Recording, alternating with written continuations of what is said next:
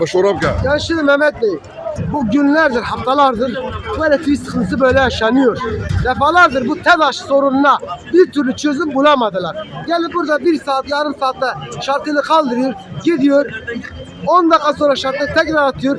Biz diyoruz ki elektrik gittiğine vatandaş arıza oluşturuyor. Ben muhtar olarak 50 defa TEDAŞ'ı arıyorum.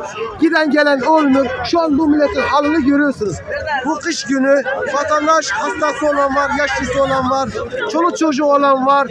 Elektrik yok, su sıkıntısı var. Bu nasıl bir hal? Bu TEDAŞ ne yapıyor? Ben bir türlü anlam veremedim.